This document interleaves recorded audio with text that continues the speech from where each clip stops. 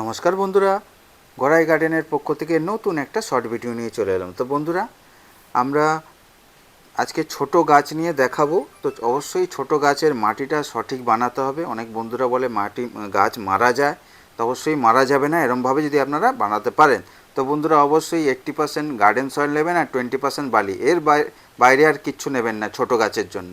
তো দেখুন জলের পরিমাণটা কীরম দিয়েছে, দেখুন একদম শুকনো শুকনো রাখবেন আর বেশি ভেজাবেন না। আর ছোটোবেলা থেকে গাছটা যদি এরমভাবে তৈরি করেন তো গাছ খুব শিগগিরই দেখুন কীরমভাবে ঝোপালো হয়েছে ঠিক 5 দিন পরে। আর পাঞ্চিং আমাদের করে যেতে হবে।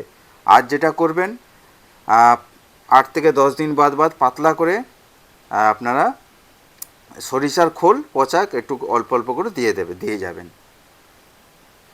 আর আর আপনারা কীটনাশক আপনারা কী মারবেন, কাকা যদি থাকে কাকা মারবেন, কিংবা আপনাদের কাছে যা থাকবে সেটাই কীটনাশকটা 10 দিন বাদ অবশ্যই মারবেন। কেন গাছ যখনই ভালো হবে তখনই পোকার উৎপাতও বাড়বে। তো বন্ধুরা, ছোট গাছ থেকে যদি এরমভাবে আমরা পরিচর্যা করতে পারি তা আমাদের গাছের কোনো সমস্যা থাকবে না।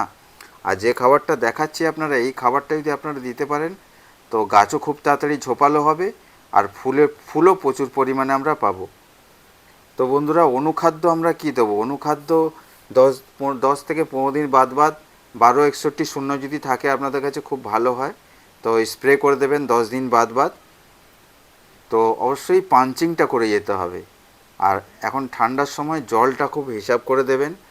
আর টব নির্বাচনটা খুব ভীষণ প্রয়োজনীয়। বড় গাছে বড়, ছোট গাছে ছোট, তবেই গাছটা সুন্দরভাবে হবে। তো আমরা পাঞ্চিং আমাদের হয়ে গেল। এবার আমরা গাছের গোড়াটা খুশি নিয়ে যে খাবারটা দেবো, এই খাবারটা যদি আপনারা 10 দিন অন্তর দিতে পারেন তো মোটামুটি গাছটা খুব তাড়াতাড়ি বৃদ্ধি হবে। তো এরমভাবে খুশি নিলাম। তো খুশি নিয়ে আমরা কি দেবো, ডিএপি সার দেবো। তো অবশ্যই ঘাস থাকলে ঘাস তলা থেকে সবসময় সরিয়ে দেবেন, তাহলে খাবার দেওয়ার পর ওই খাবারগুলো তাহলে ঘাসেই খেয়ে নেবে। তো বন্ধুরা, এরমভাবে সাইড থেকে দিয়ে দিলাম আর অল্প পরিমাণে জল দিয়ে দেবো। বাস বন্ধুরা, ভিডিওটা কেমন লাগলো অবশ্যই কমেন্ট করে জানাবেন। আর যদি ভালো লাগে তো লাইক করে দেবেন আর শেয়ার করে দেবেন। টাটা, ভালো থাকবেন।